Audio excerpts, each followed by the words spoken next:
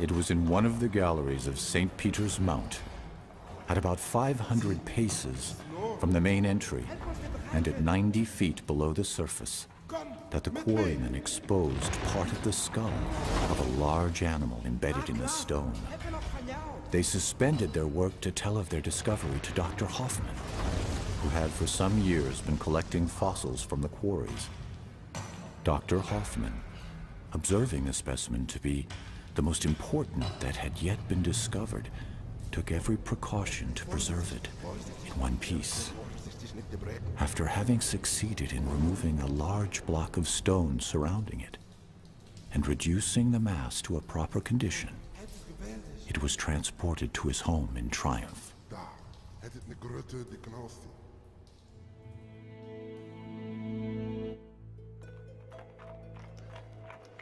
25 years later, after the occupation of Maastricht by the French Revolutionary Army, the famous fossil shows up one cold winter night at the National Museum of Natural History in Paris.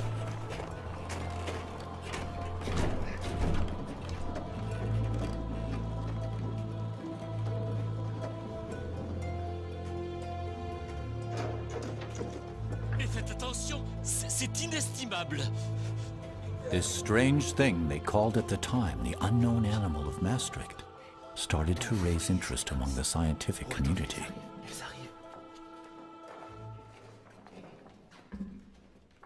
Allons, allons. Encore un effort. Sur la table. En douceur. Allez, messieurs, ouvrez-moi cette caisse. Oui, oui, c'est cela, ouvrez la caisse. Mais faites très, très attention. Messieurs, en même temps. What they discovered that night looked unlike any known living creature.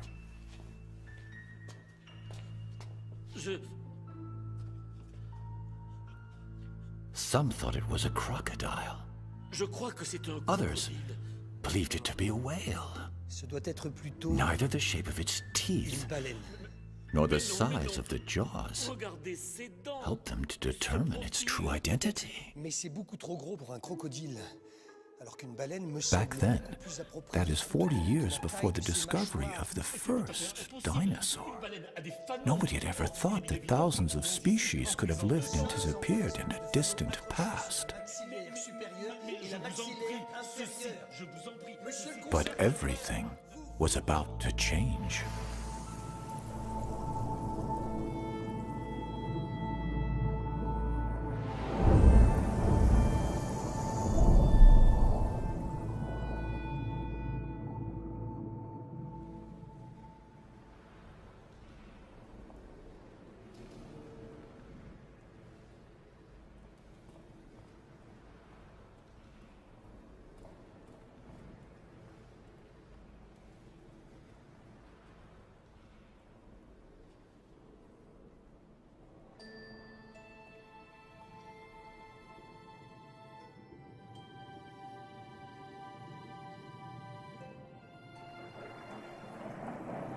I'm sure marine dinosaurs still exist.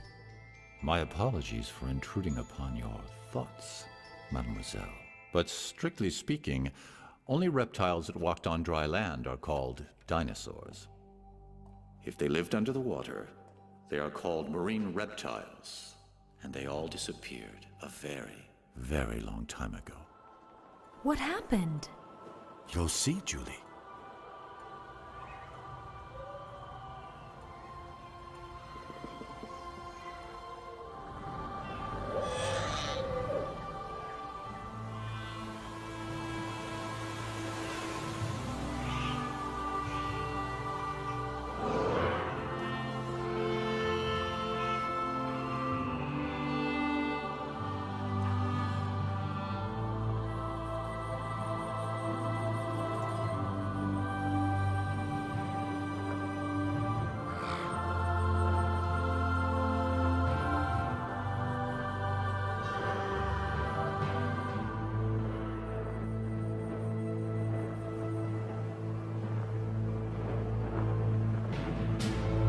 65 million years ago, reptiles ruled the world. On land, in the air,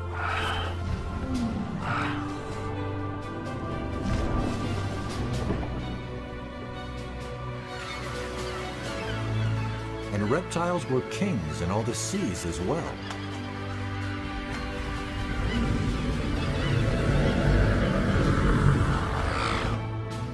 But then came a great cataclysm from outer space. An asteroid 12 miles in diameter struck the Earth. This asteroid's massive impact unleashed the power of more than 100 atomic bombs. The sky went dark, and the Earth's climate changed drastically. 70% of all life on the planet perished. And with the end of the dinosaurs, it was also the end of the reign of the reptile in the sea world. And when did you say that happened? 65 million years ago. So then humans came right after that. Humans will come a little later. How much later? 65 million years. You're kidding. Modern humans like you and I only appeared barely 200,000 years ago. In comparison to the age of the Earth, that's a blink of the eye. 200,000 years? An instant in geological time. Somewhat difficult to comprehend, is it not? Comparing thousands and millions and even billions of years. Don't you agree? Then follow me, Julie. And when you want to stop time, say stop. Stop? All right then, forward to the past.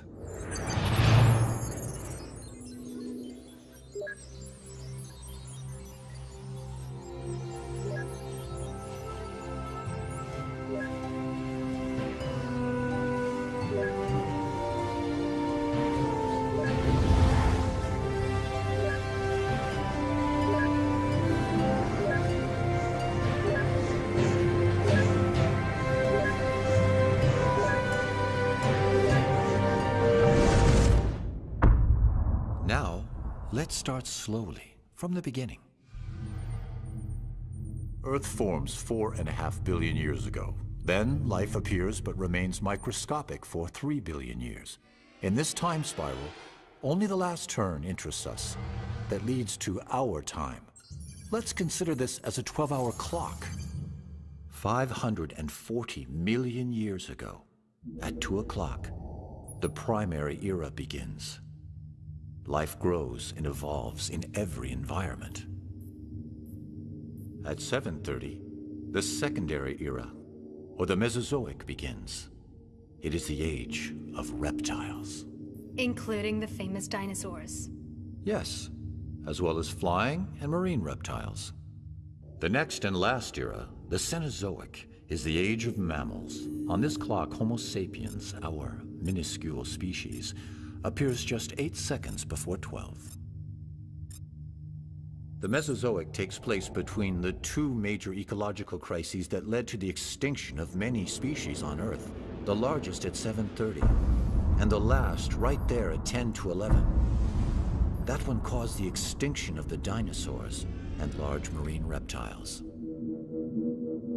But how did it start? Well, first, you'll need a microscope. Life on Earth starts in the water as bacteria 3.5 billion years ago. Slowly, this microlife evolves. Then, 650 million years ago, life becomes visible to the naked eye, soft-bodied organisms. The following 400 million years bring with them an explosion of life. New morphological forms appear, reaching considerable sizes.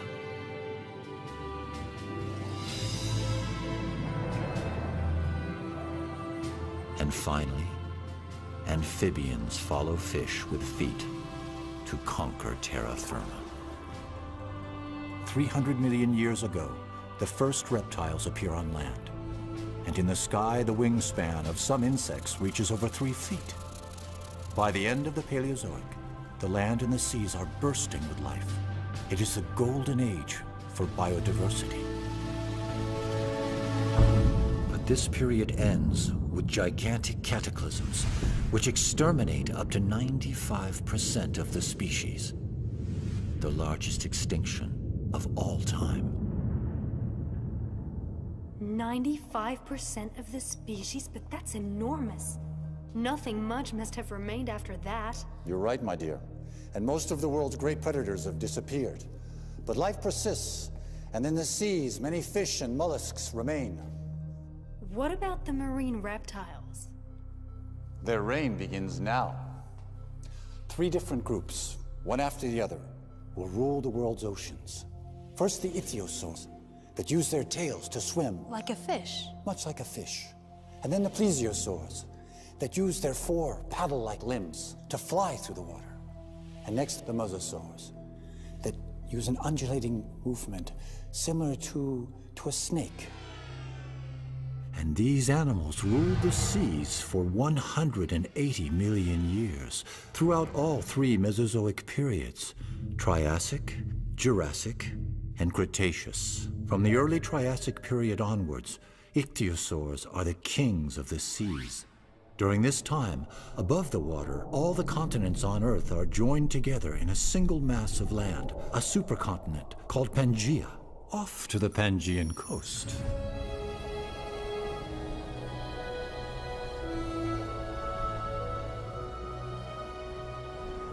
Switzerland? Yes. At this time, most of Europe is underwater, a shallow and warm sea.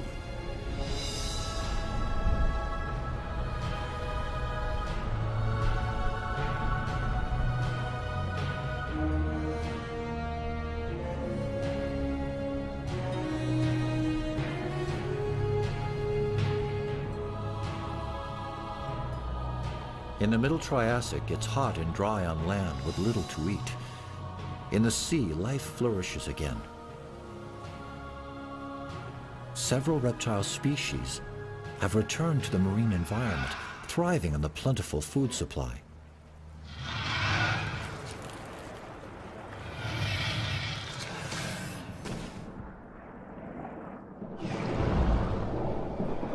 The Tanistrophes hold a world record.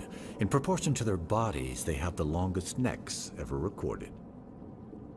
With his flat teeth, this placodont mostly eats seashells and mollusks.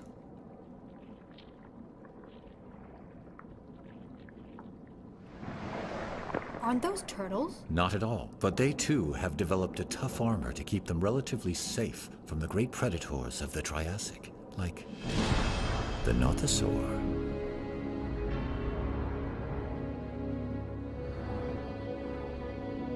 Over 13 feet long. Very dangerous, and an excellent swimmer. But it is no chance of catching up with a Mixosaurus. It looks like a dolphin. Except it's a reptile.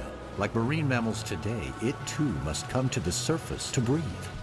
It belongs to the large group of ichthyosaurs, which will rule the seas for some 150 million years.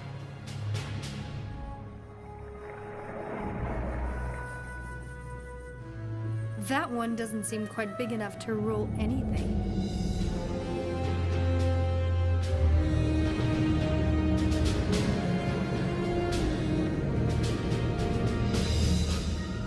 There are also some very large ichthyosaurs, some measuring up to 75 feet long and weighing 50 tons, like the Shawnosaurus, the biggest of them all.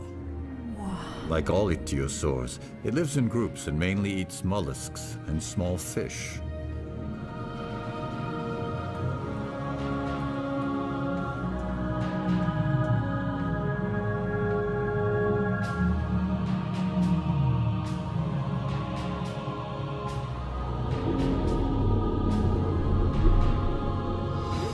Like dolphins and whales. That's right. They are even born in a similar manner. What do you mean? Well, let's hear from an expert. the paleontologist Ryosuke Motani. He has just finished studying some very fine specimens from a famous fossil site in Germany. Many ichthyosaur fossils have been found at Holzmaden with their bones intact, and even with the imprint of the skin on the rock, which helped us to know the position of their fins. Some ichthyosaur fossils are so well preserved that we can actually see fetuses inside the mother's bodies, and some even being born. Unable to get out of the water to lay their eggs like other reptiles, ichthyosaurs gave birth in the water. The babies came out tail first, like dolphins today.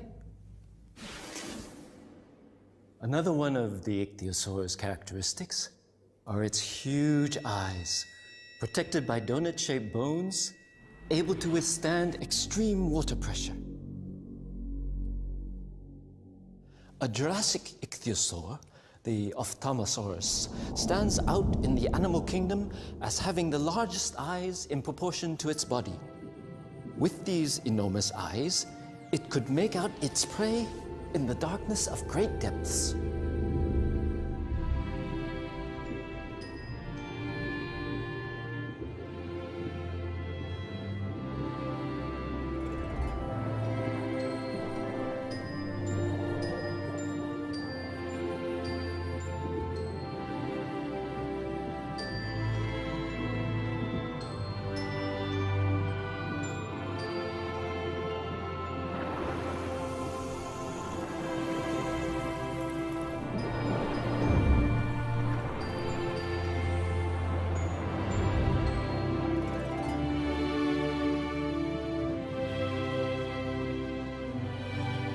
Strangely enough, the ichthyosaurs became extinct in the middle of the Cretaceous, despite their amazing adaptation to sea life.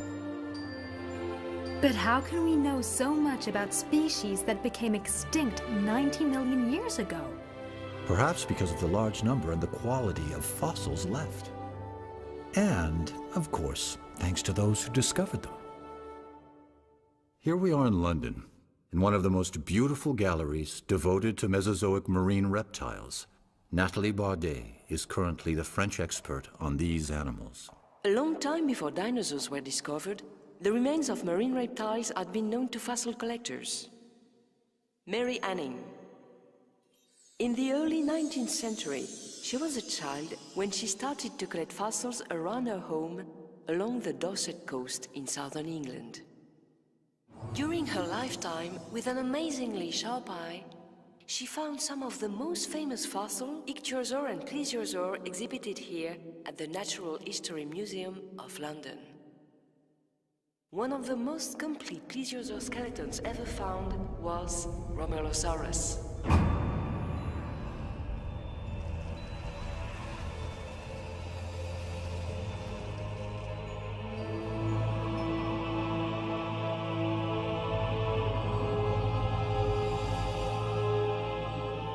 This early Jurassic predator was a powerful swimmer.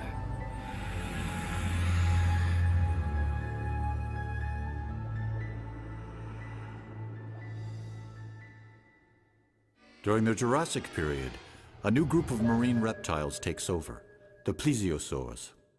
At the beginning of the early Jurassic, Pangaea has started to break up and drift apart into different pieces.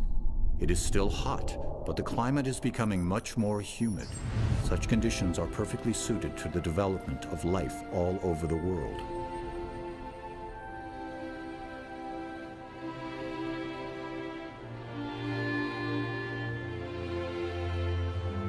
Now, this sure seems more pleasant than the Triassic did.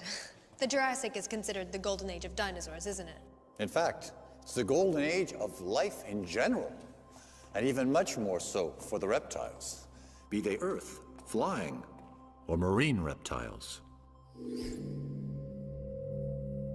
With their 4 strong paddles, plesiosaurs soon become the new kings of the seas. The first dinosaur to be named is Megalosaurus, which means great lizard in Latin. A well-deserved name for a 30-foot-long carnivore with a huge appetite. Mollusks like ammonites and belemnites experience an unprecedented growth and are on the menu of most marine predators.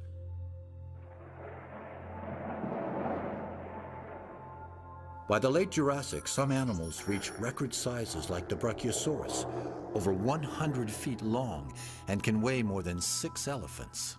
Godzilla, that is the nickname given to this large marine crocodile discovered in the Andes. With large bony plates on its back, the Stegosaurus, a 3-ton plant eater, is a contemporary of the very first birds. At the end of the Jurassic period, as the continents continue to drift, new oceans appear, and new plesiosaur species rule the deep.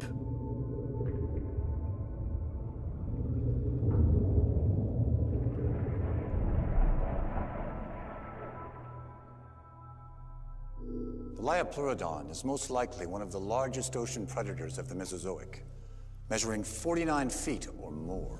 That big? Here, this is one of its teeth. It's for you. Thank you. You see, the Liopleurodon had no reason to fear any creature, save perhaps another Liopleurodon.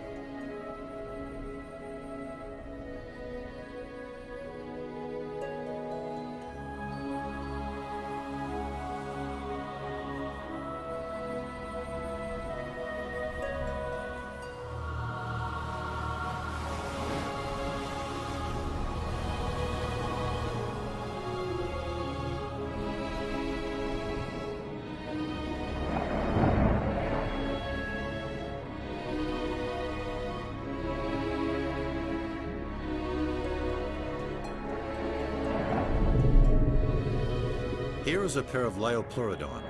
The male is attempting to court the female. Look at her. 50 feet of sheer muscle, 4 deadly paddle-like limbs, and jaws about 10 feet long that hold teeth, even bigger than the one I gave you.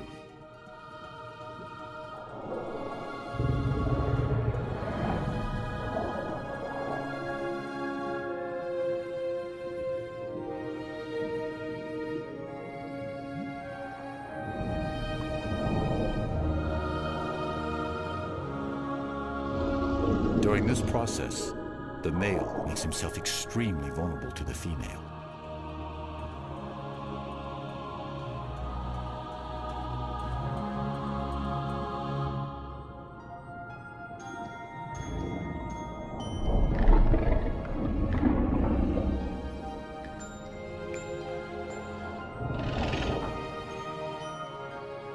It seems to have worked.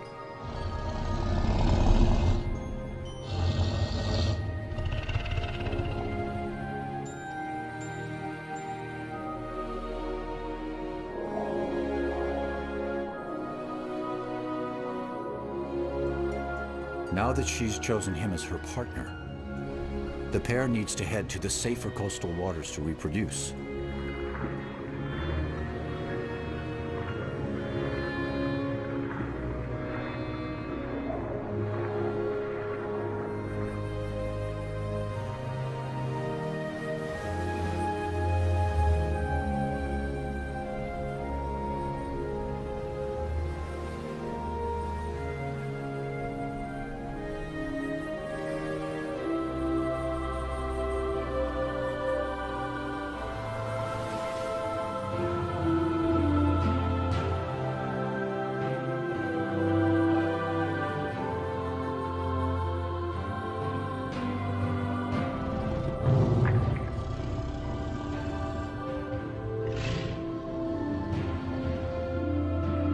Like sharks, the male Liopleurodon holds on to the female while mating.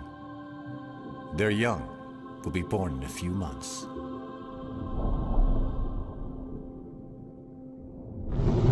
What happened? It seems that upon separating, she has accidentally injured his eye. The pain has made him lose consciousness for a while. In the end, though, the Liopleurodon remains a super predator that lives alone.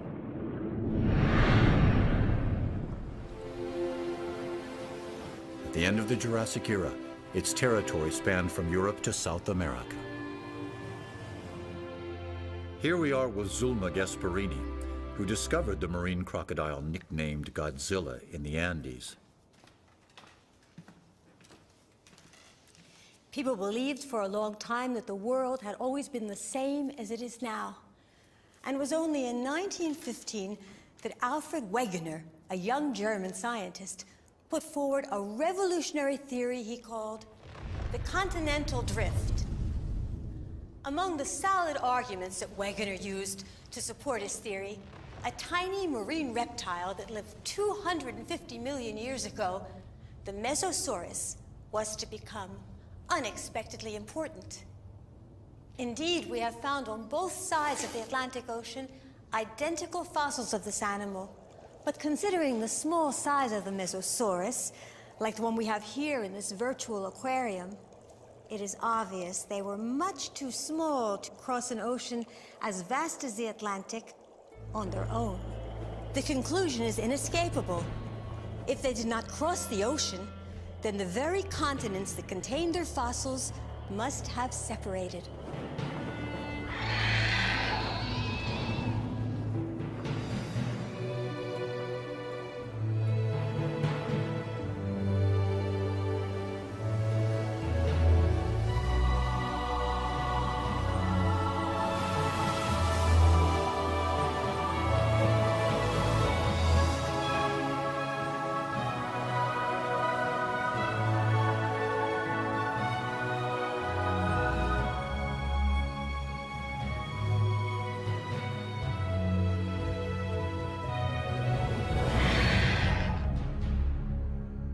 The Jurassic was the age of giant animals.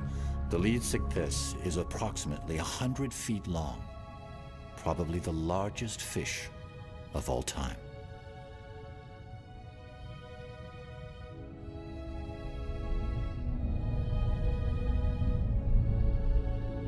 What are these long-necked plesiosaurs called? Those are elasmosaurs. They're gulping down gastroliths, stones they swallow in order to help their digestion. So, what do they actually eat? Mollusks and a lot of fish, judging from their long, sharp teeth.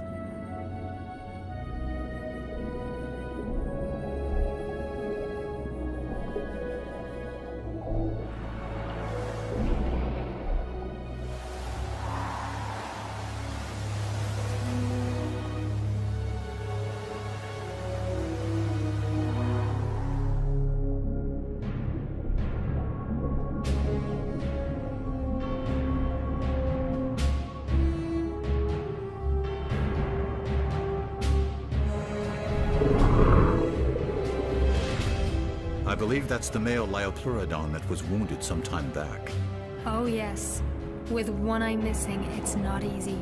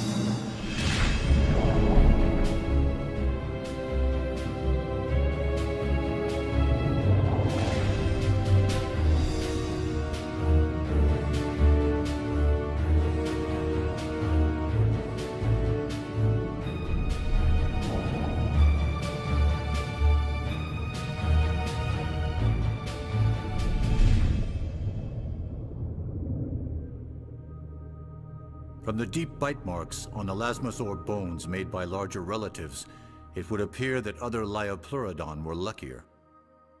30 million years later, Kronosaurus took Liopleurodon's place at the top of the marine food chain. Kronosaurus remains were first discovered in Australia during the 1930s. A 13-foot-long skull with 10-foot jaws, armed with dagger-like teeth. To tell us more about plesiosaurs, here's Dr. Benjamin Keir, an Australian expert on these animals. Marine reptiles' remains have been found on every continent, particularly those of plesiosaurs, Up to 46 feet in length, they were magnificent ocean-dwelling reptiles that flew gracefully through the water with 4 massive paddles. The order Plesiosauria was large and varied. It's been broadly divided into 2 superfamilies based on their overall body structure. Some of them, thanks to their large heads and powerful short necks, were the super predators of their time, like Kronosaurus. Others were the complete opposite, with tiny heads at the end of extra long necks, such as Elasmosaurus. Plesiosaurs lasted as long as the dinosaurs, until the end of Cretaceous, 65 million years ago.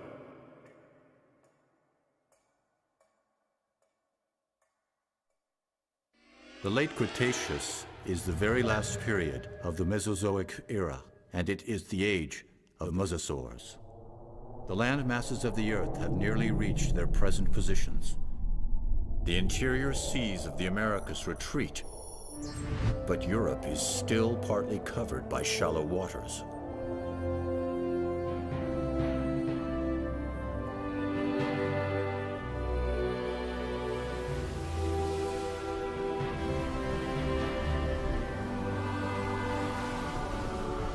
And what about the climate? Very comparable to the climate of today, but warmer.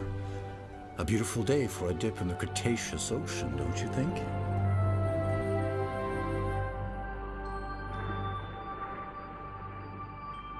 As has been the case for millions of years, mollusks are still a favorite meal for most predators.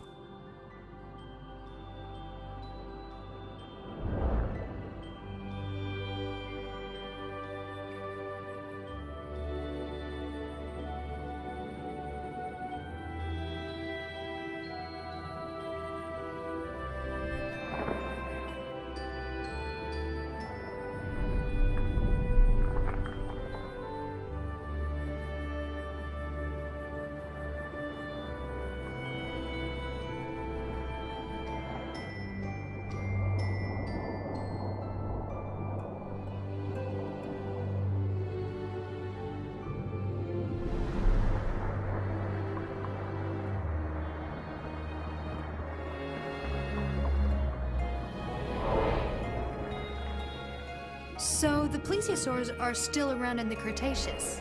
Indeed, there are some, but they are no longer at the top of the ocean's food chain, a place now disputed by the 2 greatest predators of this era. In this corner, the largest fish of the Cretaceous, a 23-foot-long shark. And in this corner, the most powerful marine reptile, the prognathodon, a 40-foot mosasaur. It looks just like a great white of today. Indeed, just larger.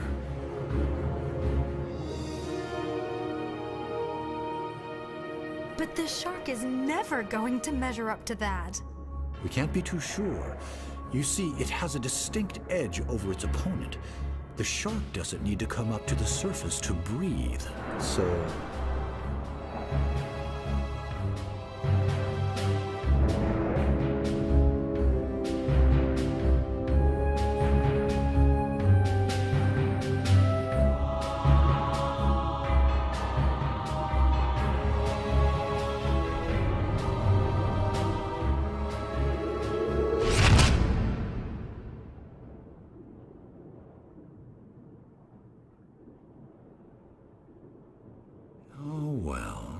I told you the mosasaur was going to win. This time, yes. But it wasn't always the case. We've even found shark teeth embedded in mosasaur bones. So the sharks did get their teeth into them from time to time. By the way, wasn't it a mosasaur that was found in a mine back in the 18th century?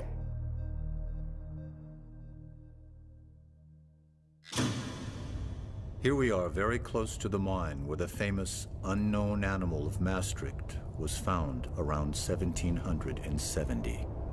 Like all paleontologists, Olivier Riepel knows this story very well.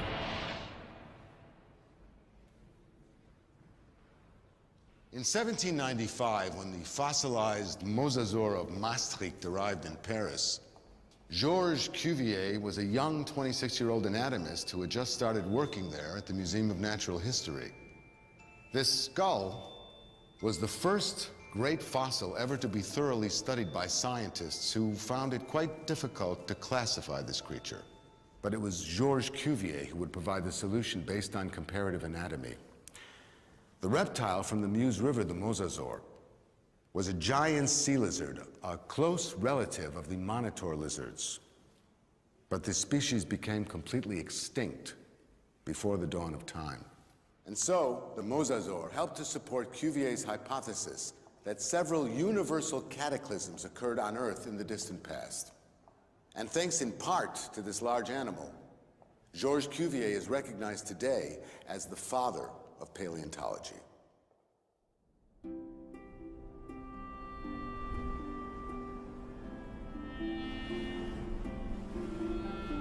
At the end of the Cretaceous, the interior seaway running through the middle of North America had not yet completely disappeared.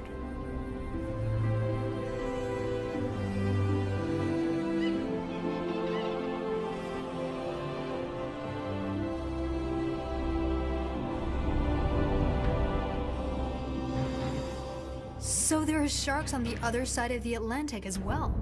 In addition to marine reptiles, they are found in all the oceans. Contrary to dinosaurs, marine animals don't have any borders.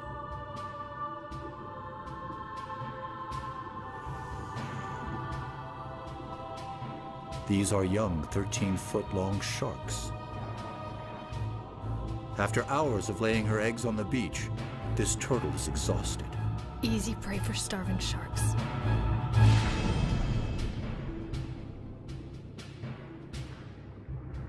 Ah, but they are not alone. A mosasaur.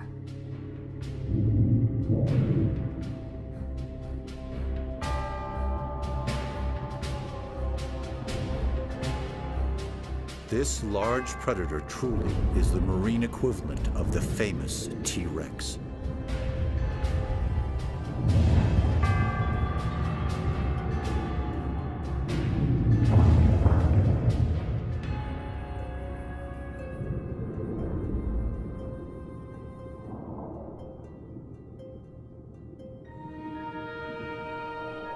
The mosasaur will become the last ruler of the ancient seas.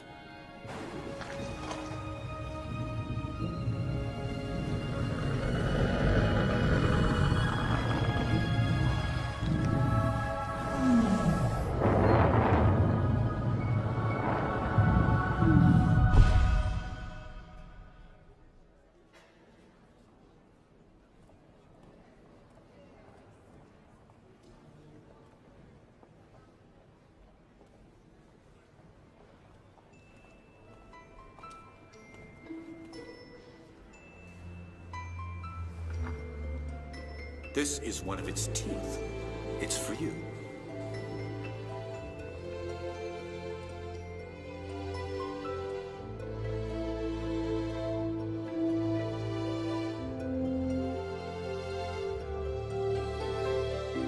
Without fossils, no one would have ever dreamed that there were successive epochs in the formation of the Earth.